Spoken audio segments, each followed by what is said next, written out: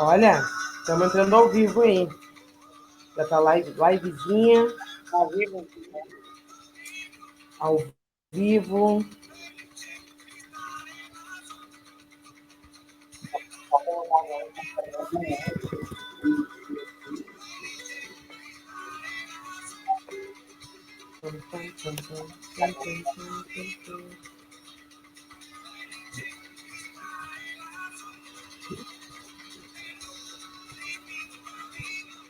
Eu adoro essa banda aqui. Gypsy Kings. E aí, como nós vamos falar de América Latina, eu achei uma ótima pedida. Essa aqui é a minha favorita deles.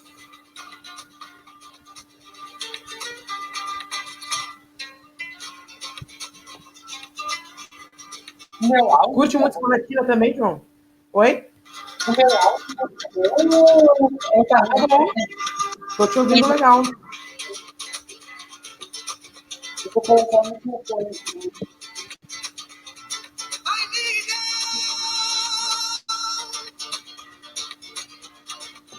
Melhorou agora? Melhorou. Tá melhor. Tá. Então vou ficar com o microfone. E aí, pessoal? Estamos aqui iniciando a nossa live. Hoje nós vamos falar de América Latina. Vão entrando aí, se apresentando. Enquanto a gente aguarda a galera aí chegando um pouquinho aí ao som do Gypsy Kings. Chegamos atrasados.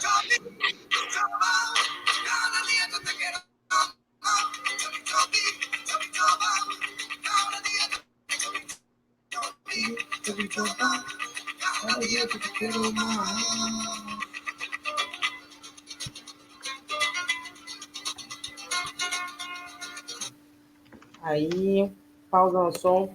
Olá, pessoal. Boa tarde. Olá, pessoal. Estamos aí iniciando o nosso quadro sobre a crise do coronavírus, fazendo um giro pela América Latina. Hoje o nosso convidado é o João, que é estudante de Economia da Unicinos. Boa tarde, João.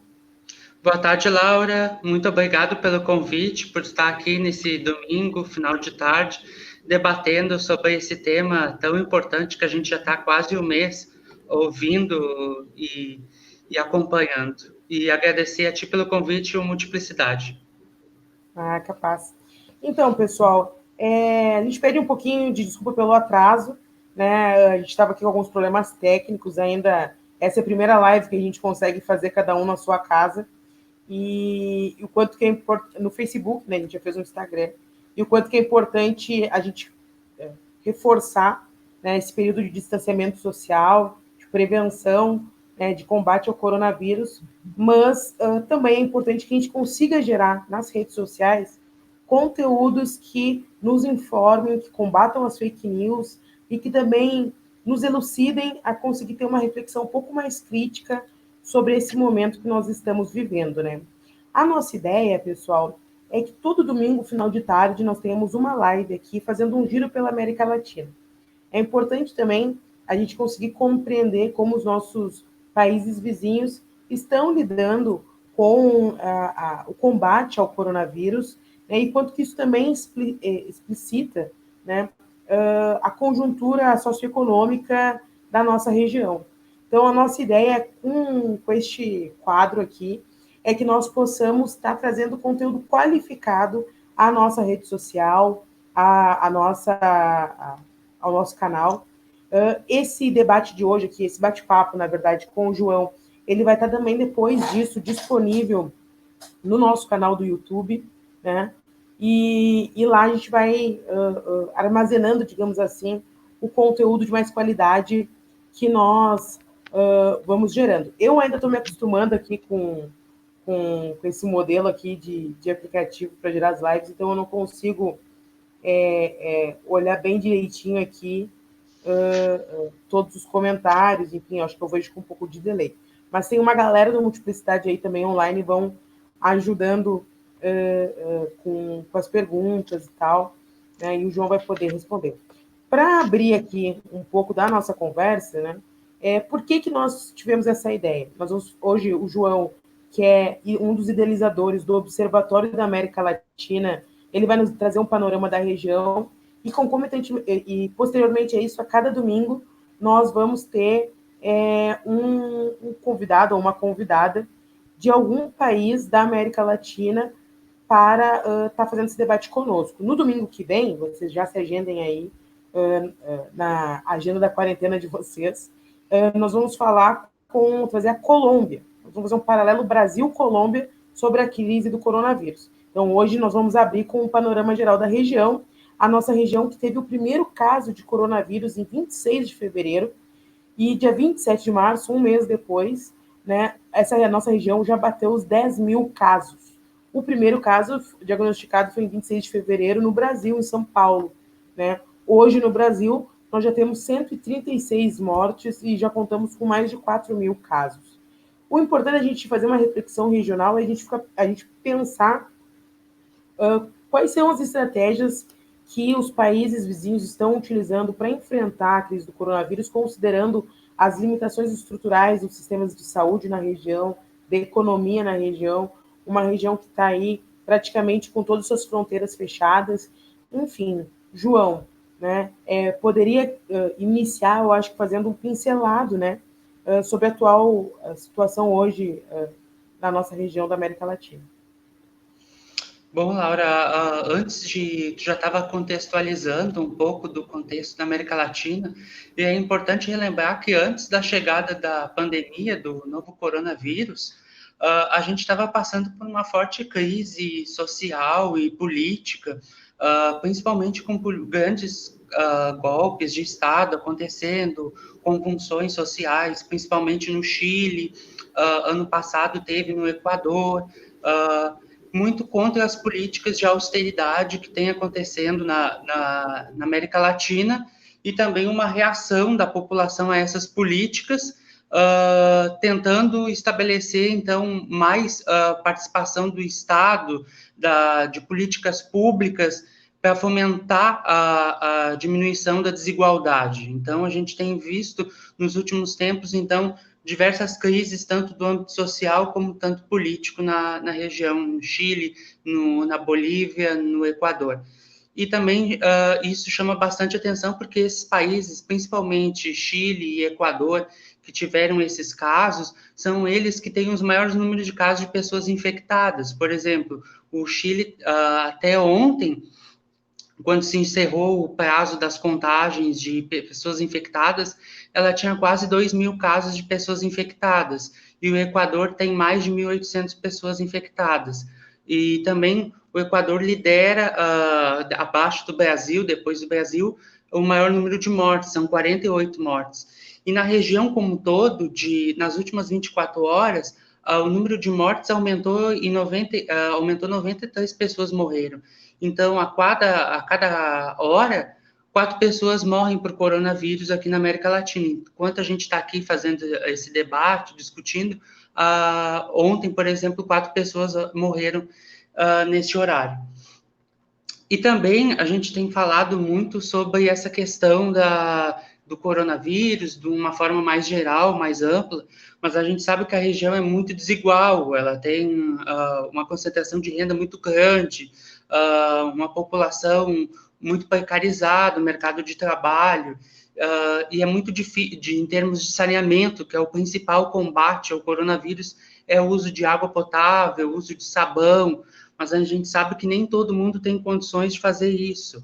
Um dado levantado pelo Observatório na última semana é que 23% da população não tem água para lavar as mãos. E 21% da população vive em moradias muito precárias, ou, por exemplo, em assentamentos informais, moradias inadequadas, ou em comunidades, favelas. Outra questão que é muito importante, que o grupo de risco, que se tem falado bastante, que é a população acima de 60 anos, aqui na região, por exemplo, mais da metade dos idosos, 55% dos idosos, não tem nenhum tipo de renda, não recebe nem aposentadoria, nem nenhum salário.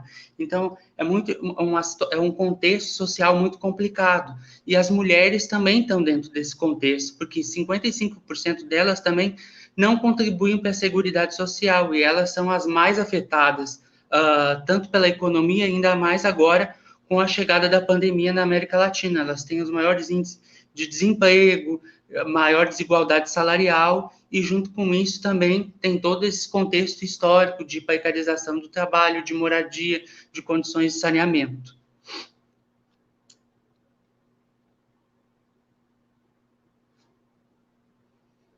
Não estamos te escutando. Agora sim. Estava com o meu microfone desligado aqui para não fazer barulho enquanto o João falava. Não, acho que muito importante essas questões que tu traz, João, porque elas caracterizam, né, a realidade socioeconômica da América Latina e as nossas limitações estruturais nesse período, né? E eu acho que isso também reflete um pouco nas opções que alguns países vêm fazendo para enfrentar a crise do coronavírus, né? Eu fiz aqui um levantamento pequeno dos países que optaram por ter medidas mais drásticas, né, mais relacionadas à supressão e não à mitigagem para enfrentar o coronavírus, né? Apenas a Argentina, Colômbia, o Peru e a Venezuela, né, tiveram uma postura mais ofensiva sobre o coronavírus, com toque de recolher, com isolamento, uma quarentena mais drástica, foram também entre os primeiros países a fecharem suas fronteiras, né? Na Colômbia, que nós vamos semana que vem, assim como a Argentina, acho que são os dois países, inclusive na América do Sul, que estão com uma restrição mais significativa, né? Mas também a gente observa a condição econômica desses países e a disparidade socioeconômica, e a gente vê a relação também com as opções que os governos estão fazendo, assim. Exatamente, Laura. A gente vê um pouco, e assim a gente vê que na sua grande maioria dos países, todos estão muito parecidos nas suas políticas de fechamento de fronteira, de barrar estrangeiros de países com grandes focos de coronavírus. Então, o que a gente tem observado no observatório? Que o Brasil está um pouco distante dos países da América Latina por exemplo, nessas medidas que tu citou, de toque de recolher, de quarentena, que quase todos os países adotaram um toque de recolher noturno, ou uma quarentena, como a Argentina, por exemplo, citou que está mais agressivo no combate, ela tem toque de recolher noturno e uma quarentena e um isolamento obrigatório para todos os cidadãos durante o dia. O Peru, por exemplo, adota um sistema muito parecido, tem adotando parecido com São Paulo. Por exemplo, hoje só pode circular placas de carro com final Z. Amanhã só pode circular placas de carro com o final A. Então, medidas que tentam conter o máximo da população na rua e manter o isolamento, que é muito importante, que é a única medida e recomendado pela OMS até o momento para barrar o coronavírus. E antes de se passar a palavra, para a gente não perder um pouco desse contexto, eu fiz um levantamento para mostrar o quanto o Brasil está um pouco distante dos países da América Latina na adoção de medidas contra o coronavírus. Por exemplo, no dia 12 de março, todas essas datas que eu vou citar são março, 12 de março, a Argentina declarou emergência sanitária. No Peru também, no dia 12 de março, ela também declarou emergência sanitária. Daí, no dia 13, o Uruguai, no dia seguinte, também declarou emergência sanitária. O Uruguai tinha apenas 4 casos. O Uruguai foi um dos últimos países da América Latina a ter pessoas infectadas. Quando teve a divulgação dos números, já tinham 4 pessoas. E no dia seguinte, o presidente já declarou emergência sanitária. No dia 16, o Paraguai também decretou emergência sanitária. No dia 17, o Equador. No dia 18, o Chile e a Bolívia. E o Brasil, só no dia 20, foi decretar calamidade pública, quando nós já tínhamos 793 casos de pessoas infectadas e 11 mortes, tá? E que hoje, por exemplo, últimos dados divulgados, tinham uns 11 mortes no dia 20, e hoje, 9 dias depois, a gente tem mais de 100 casos. Então, um número muito expressivo, e mostra o quanto a gente está um pouco desconectado da América Latina na questão das medidas tomadas. E daí, no dia 20, ele toma essa medida, no dia 24, ele diz que todo mundo tem que voltar ao normal, e hoje ele sai na rua para ir uma feira e caminhar na rua de Brasília. Não, exato. Aqui é a Simone. Olá, Simone. Ela pergunta aqui: tem chances do Bolsonaro cair? Ele hoje saiu do isolamento e continua contrariando as recomendações da OMS, né? Ele foi dar uma voltinha nas cidades ao entorno de Brasília, foi a Sobradinho, a Jaguatinga, entrou em padarias, etc., cumprimentando a população, e faz essa disputa sobre derrubar as medidas, na verdade é isso, né? Derrubar as medidas de prevenção da sociedade brasileira contra o coronavírus, né? Respondendo a Simone, um presidente ser impeachmentado, né, é uma concertação, uma conjunção política. Agora, se tu me perguntar se eu acho que ele cometeu um número suficientemente de crimes, né, de responsabilidade que, para mim, justifiquem a sua queda, sim, eu acho que hoje, fora Bolsonaro, é mais do que qualquer coisa, uma posição de tentar fazer com que o Brasil sobreviva a esse período. O João é estudante de economia, né, gente? Eu queria, antes da gente ler mais perguntas aqui, que o João falasse um pouco sobre essa ideia de criar o observatório, o que é o observatório, para a galera que está conectada aqui possa conhecer um pouco mais, né? Esse complemento de dados que o João apresenta aqui é um pouco do trabalho que o observatório vem tendo, né? Então, muito obrigado, Laura, pela pergunta e por também divulgar o observatório nas redes sociais contigo. A gente, então, está desde o ano passado na construção, na concepção de como seria esse observatório, muito pautado, e a gente refletindo sobre esses casos que têm acontecido na América Latina. Então, eu, o Lucas e o Pedro, a gente pensou, refletiu alguns meses, até que em março a gente conseguiu organizar melhor e entrar, vamos dizer assim, no ar com o observatório, de a gente tentar reunir informações, estatísticas, conteúdos, muito parecido com o objetivo da tua live sobre a América Latina, de a gente tentar trabalhar um pouco dessa questão da nossa região, que a gente se vê, enquanto o Brasil, um pouco muito isolado da América Latina. Quando tu acompanha outros países da região, a gente vê o quanto eles estão por dentro do Brasil, né, dos acontecimentos, principalmente agora nos últimos tempos, e o quanto o Brasil está descolado da região nos últimos tempos, uma característica histórica do país de não ter um pouco dessa identidade que a gente sente um pouco. Então, o observatório tem mais ou menos esse objetivo de democratizar um pouco da informação crítica sobre os países da América Latina.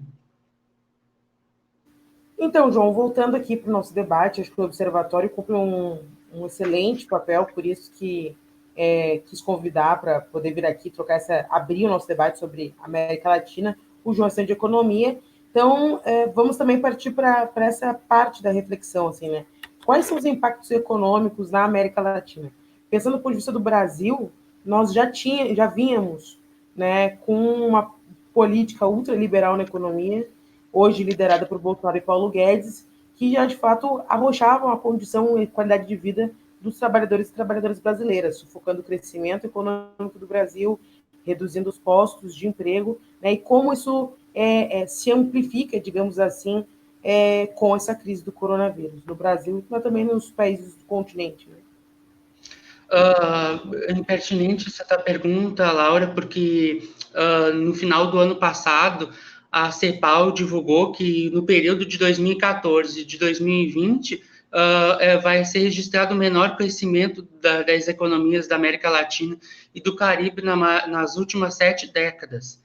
Então, a gente vê a região está, nos últimos 6 anos, numa fase de estagnação, de diminuição do crescimento econômico, mas substancialmente a partir de 2014, com a queda dos preços do petróleo, principalmente, que é o que impactou bastante no Brasil, a desaceleração global depois, a partir de 2016, e a gente tem perdido um pouco espaço na competição dos nossos principais produtos que a gente exporta enquanto América Latina. Então, a gente está se voltando à origem, não que a gente não fosse, mas a gente está voltando lá se reprimazando, por exemplo, voltando às origens da agricultura, abandonando um pouco o foco da inovação e da agricultura. Fora os conflitos políticos que a gente tem tido nos últimos anos, por exemplo, o golpe contra a Dilma Rousseff, que a gente viu o quanto isso impactou na economia, que depois de 2014 ela não conseguiu governar, e isso afetou a economia do país de 2015, 2016, 2017 em diante. Mas o que é a previsão do coronavírus, o impacto do coronavírus para a região? 2020, a previsão era que a economia crescesse 1,3%. Isso foi revisado na semana passada e eles estão projetando que a economia possa cair até 2%, uma retração de 2%. O desemprego, que já estava alto, 8,4% na América Latina, bem mais abaixo que o Brasil, que está na casa dos 12%, mas eles dizem que vai ter um aumento de 10 pontos percentuais, ou seja, vai aumentar de 8% para 18%. E o número da pobreza vai aumentar bastante, vai aumentar em 35 milhões o número de pessoas pobres e 22 milhões de pessoas na extrema pobreza. Tá? Então, esses são um poucos assim das primeiras estimativas dos impactos econômicos e sociais sobre o coronavírus na América Latina. Bastante importante, né, João? E enquanto isso, né, nós vimos nessa semana um movimento que eu observei que tanto aqui quanto no México ele é bem similar, dos empresários forçando para que nós tenhamos aqui no Brasil um retorno pleno do funcionamento dos estabelecimentos comerciais, né? E no México eles conseguiram impedir até o presente momento dos estabelecimentos comerciais pararem de funcionar ou alternassem para medidas um pouco mais restritivas, como no Peru, por exemplo, que são 12 horas de toque de recolher. Enfim, no México até inclusive fizeram, acho que uma semana atrás, um festival para 70 mil pessoas. Né? Então, assim, lá, apesar das fronteiras terem sido fechadas, apesar do presidente ter recuado sobre a sua argumentação mais flexível, eles ainda não conseguiram deter os empresários de movimentar o comércio. No Brasil, por iniciativa dos prefeitos e governadores, nós conseguimos ter uma diminuição drástica, né? Porém, hoje nós temos uma disputa colocada na arena política que é encabeçada pelo presidente da República de que os estabelecimentos voltem a funcionar. Inclusive, essa semana, Bolsonaro publicou um decreto que flexibilizava várias medidas, inclusive permitindo que igrejas, templos, pudessem reunir pessoas, né? Aí o Supremo Tribunal Federal foi lá e suprimiu essa parte, porque é completamente inconsequente que os templos possam congregar seus fiéis num período como o que nós vivemos. Eu acho que é muito complexo essa relação da quarentena, né? Porque todos os países certamente vão sofrer grandes pressões da classe empresarial, da elite, para retomar o quanto antes as suas atividades empresariais. Mas é importante destacar que nenhum movimento no sentido como o Brasil tem feito de retomar as atividades econômicas, o presidente ir para a rádio e televisão adotar um discurso desse. Inclusive, a gente fez até um apanhado de algumas falas de alguns presidentes, e todos têm, tanto os presidentes de esquerda como os presidentes de direita da América Latina, sempre vem no seu discurso a questão social. Primeiro vamos salvar vidas e depois nós vamos reconstruir a economia. E aqui no Brasil, pela fala do presidente, né, porque nem todos governadores e prefeitos adotaram esse discurso, de que se tem que retomar a economia para depois pensar no social. Inclusive, o Pedro colocou aqui: a crise do coronavírus escancara aquilo que já era evidente. O liberalismo era boi dormir. Provoca o aumento da desigualdade e um baixo crescimento, além de não dar conta dos desafios da crise. Digamos que talvez hoje nós estejamos diante da sua materialização mais nítida para a massa da população, do limite da agenda que até aqui foi apresentada, né? Eu queria, João, que, aproveitando esse gancho do Pedro e o nosso debate sobre a volta da normalidade econômica, que tu tratasse dos impactos sociais, né, da crise do coronavírus na América Latina, dos impactos mais no campo de alguns setores que, de fato, terão dificuldades para se reposicionar, como a questão do turismo e etc.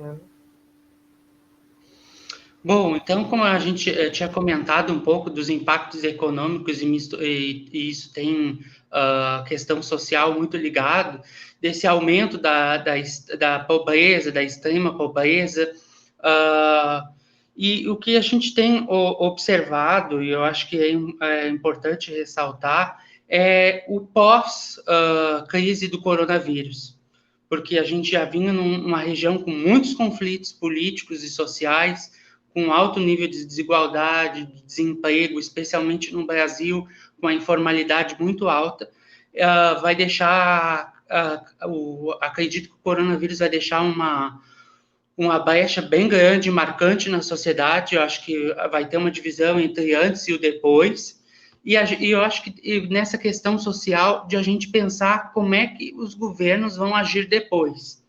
O que a gente tem visto é muito os discursos de austeridade, de segurar o gasto público, infraestrutura, terem sido adotados durante muitos anos no Brasil, desde 2016, quando a Dilma saiu, vem se aumentando cada vez mais a austeridade no país, com diversas reformas que hoje a gente vê que isso vai estar afetando mais ainda do que se a gente não tivesse essas reformas, por exemplo, o teto de gastos públicos que afeta o Sistema Único de Saúde. Será que o SUS não estaria numa condição melhor se não a gente não tivesse aprovado essa PEC para atender a população, por exemplo?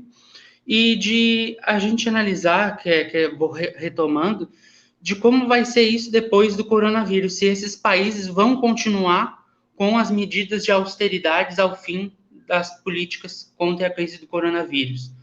Que eu acho que isso é um ponto importante que a gente tem que pensar se eles vão continuar com essas medidas e o que pode vir por meio da sociedade, como já tem se visto no Chile desde o ano passado, grandes pressões populares nas ruas.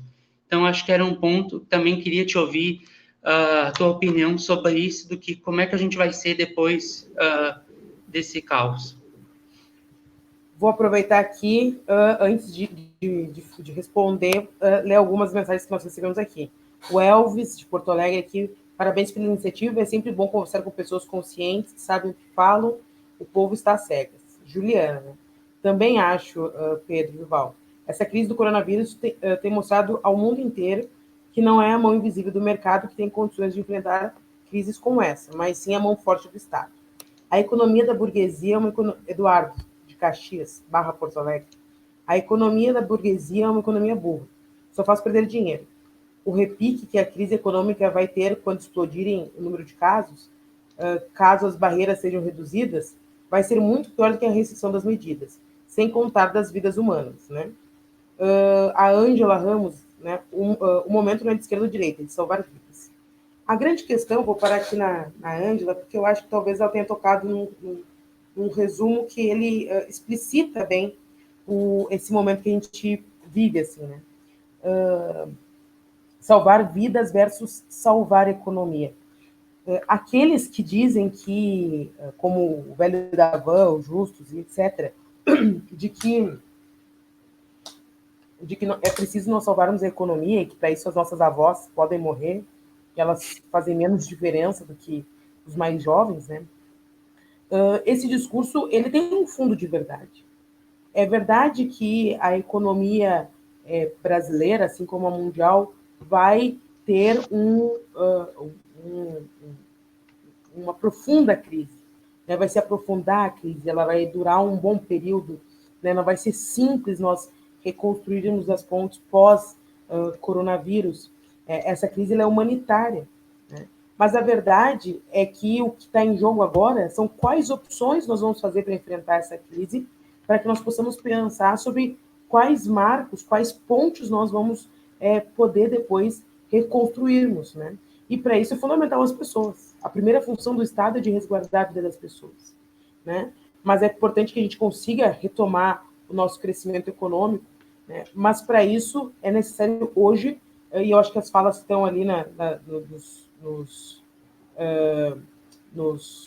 mensagens, elas explicitam isso, né? O que está em jogo hoje é a intervenção do Estado para garantir isso. Nós precisamos que o Estado garanta o quê? Renda para as pessoas. As pessoas precisam ter o que comer, elas precisam ter onde morar para enfrentar esse momento. A gente precisa de um Estado que garanta os empregos das pessoas. Elas vão precisar, quando passar isso, ter para onde voltar a trabalhar, aquecer a economia. É importante que o Estado intervenha e mantenha as empresas, né? Porque é importante que a gente garanta os postos de trabalho no país, né? Então, são assim como tantas outras medidas, né?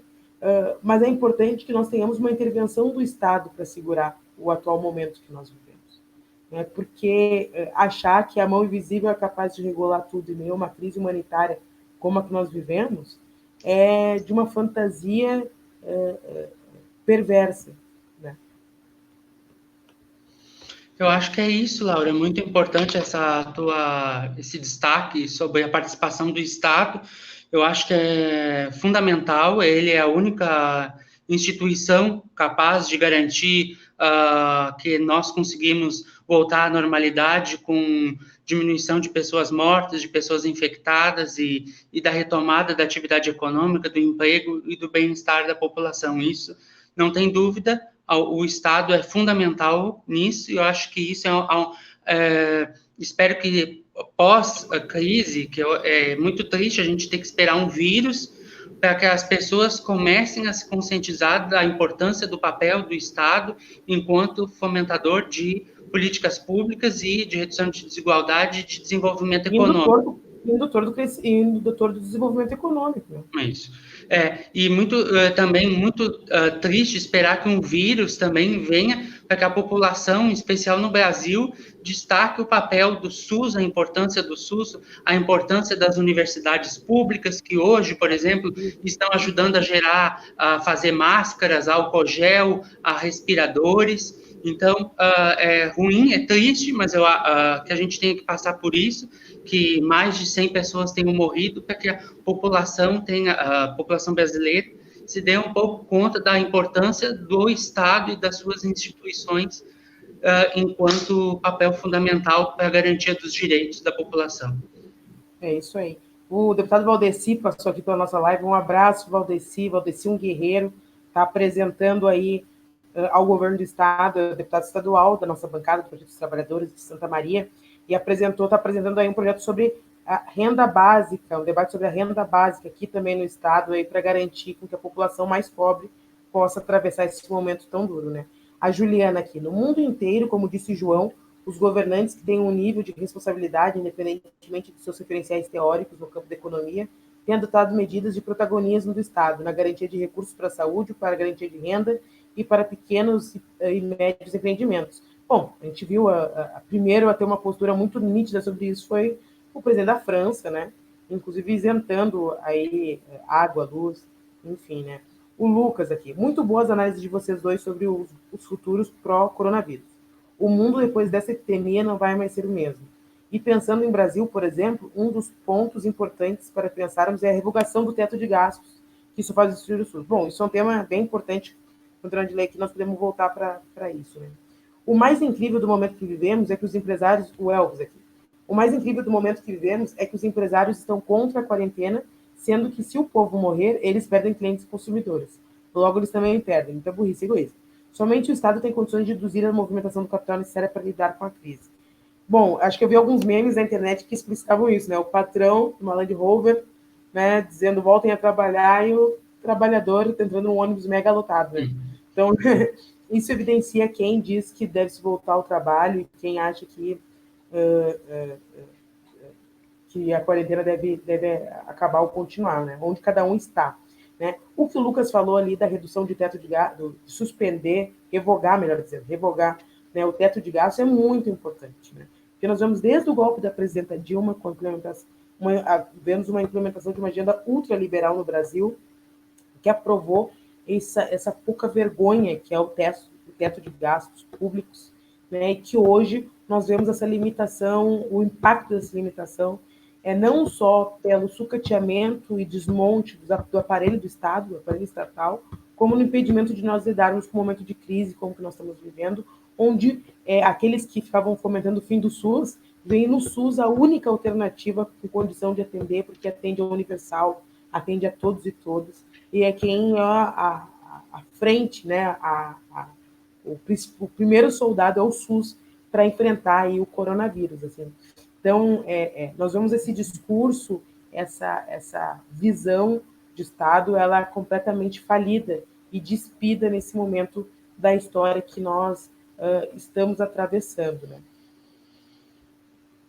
Eu acho que é muito importante essa medida da revogação do teto dos gastos públicos, e eu acho que aí que o Lucas tocou é um ponto importante do que eu tinha comentado antes, de como é que será os países após como é que vai ser a agenda dos países após o coronavírus, e o governo em nenhum momento pensou em revogar o teto de gastos, que é uma coisa absurda, que não existe em país nenhum do mundo, do mais liberal ao mais extremo conservador em termos econômicos, essa medida que, na verdade, ela constitucionaliza a austeridade fiscal no país, ou seja, pós o coronavírus, nós vamos ter o congelamento de gastos públicos em saúde e em educação. Então, acho que é um ponto importante da gente refletir como é que, depois de milhares de pessoas infectadas, como é que nós vamos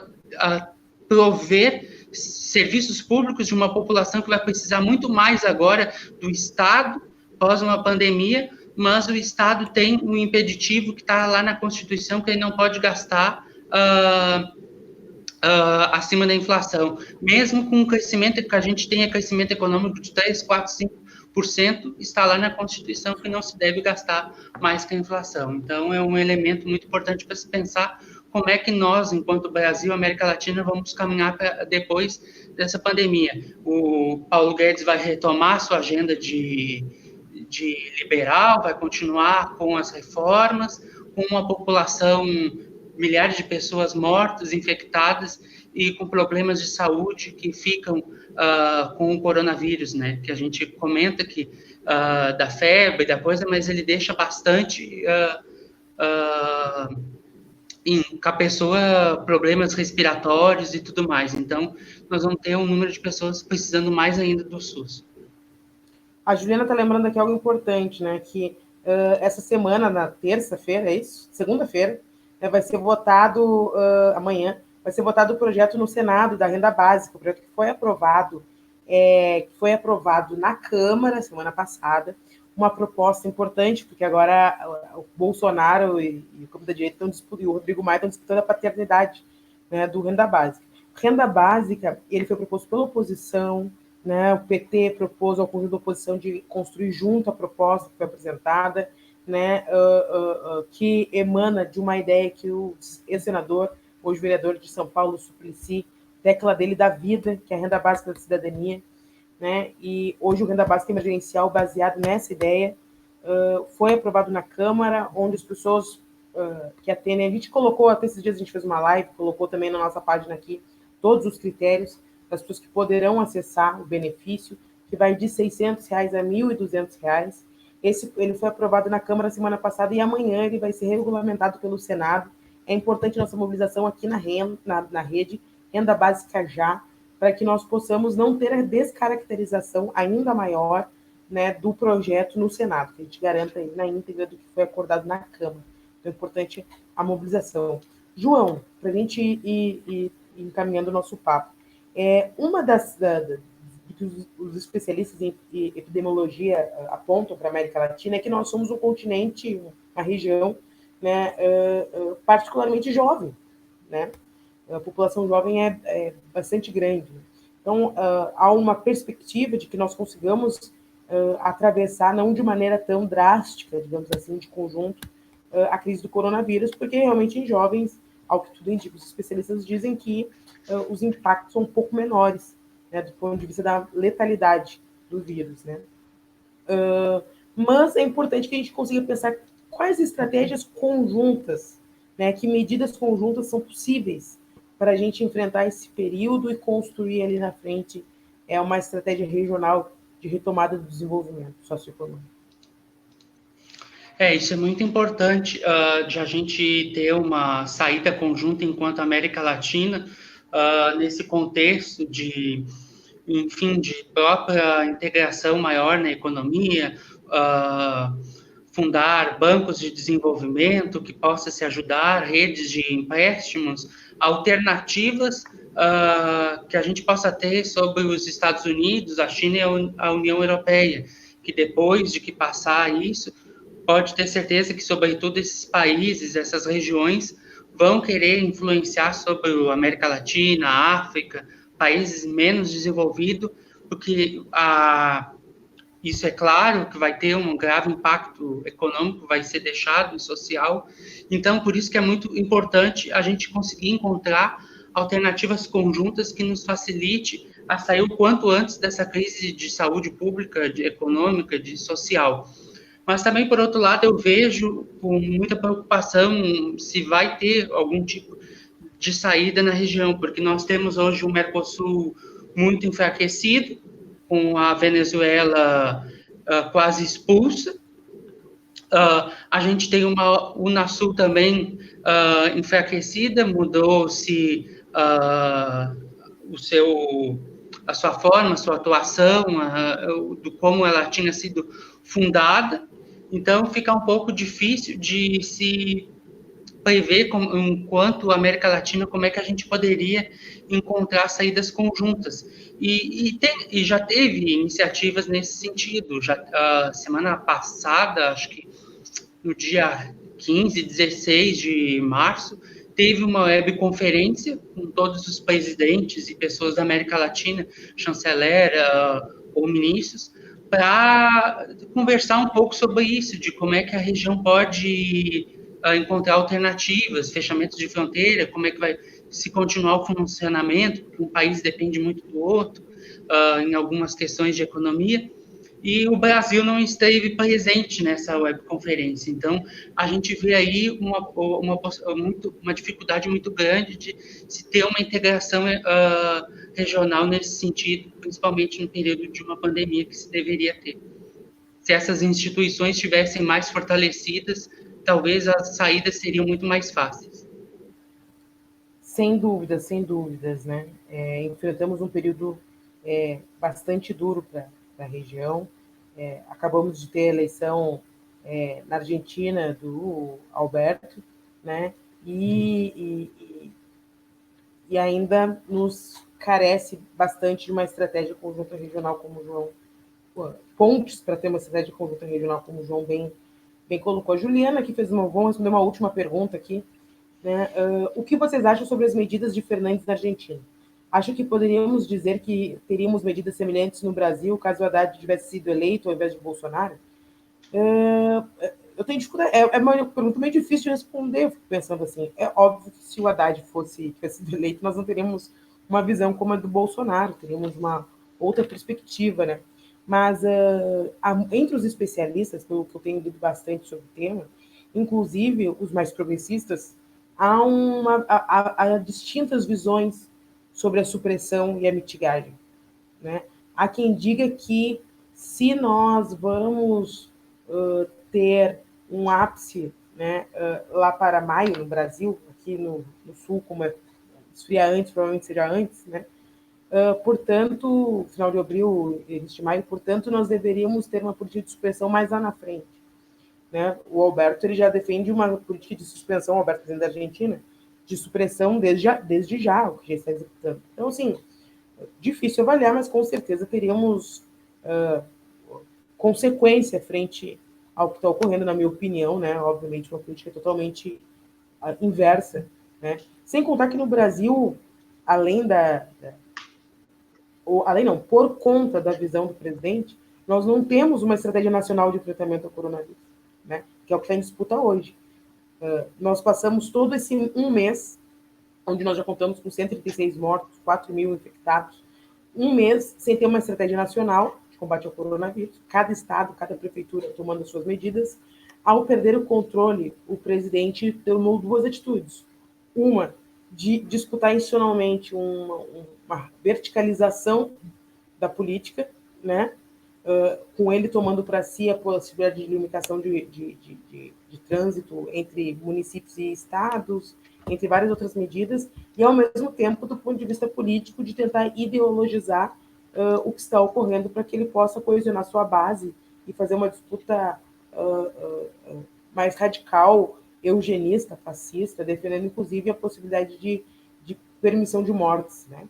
Então, assim, ele tomou duas ações concomitantes. Uma no campo da política, digamos assim, populista, né? E a outra numa disputa política institucional, né? Então, assim, não vejo que há como comparar um possível governo Haddad com o governo Bolsonaro.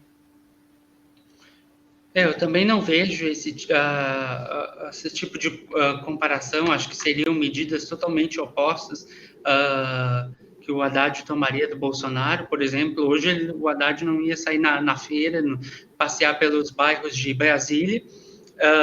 E as medidas da Argentina têm sido bastante contundentes nesse sentido, né? Foi o primeiro país da região a decretar um decreto de emergência sanitária.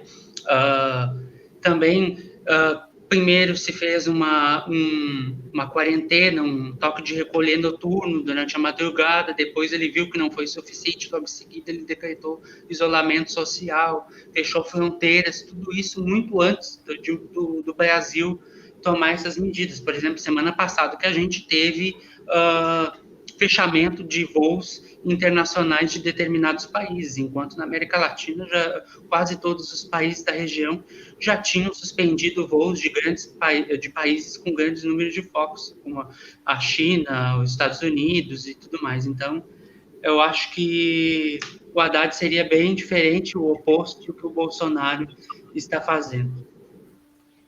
É isso aí, então eu queria agradecer, João, muito obrigada por ter trazido aqui um pouco do que vocês vêm averiguando pelo Observatório sobre a região, para abrir aqui esse nosso momento de reflexão.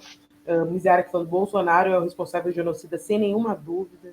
Nós estamos testemunhando talvez talvez não, com certeza, um dos períodos mais tristes da história brasileira, talvez desde a escravidão, podemos dizer assim, desde a escravidão e da ditadura militar, né, estamos atravessando uma das maiores e mais profundas crises humanitárias da história do Brasil. Assim, um momento muito triste da nossa história. Então, eu queria agradecer, João, a tua participação. Muito obrigada por abrir esse momento nosso de reflexão sobre a América Latina. Queria lembrar vocês que nós, do Multiplicidade, nós estamos com uma campanha solidária de arrecadação de donativos de alimentos, produtos de higiene, limpeza, para doar álcool em gel, máscaras, né? Luvas, para quem puder doar. Máscaras e luvas são produto de raridade aí nas farmácias. Quem puder doar. Nós precisamos ajudar o conjunto da sociedade a enfrentar esse período e garantir sua asepsia. Nós vamos ver nos próximos dias o vírus chegando na periferia brasileira e será um período muito duro, né, de enfrentamento ao coronavírus. Vai precisar não só de estratégias de governo muito mais eficientes, né, o que nós não vimos aqui em Porto Alegre, por exemplo, apesar do nosso prefeito ter medidas razoáveis de enfrentamento ao coronavírus, nós não vimos nenhum plano para a periferia do município sobre isso, né? Mas isso nós vamos abordar durante a semana aqui na nossa página. Mas é importante, concomitantemente a isso, que nós façamos a nossa rede solidária.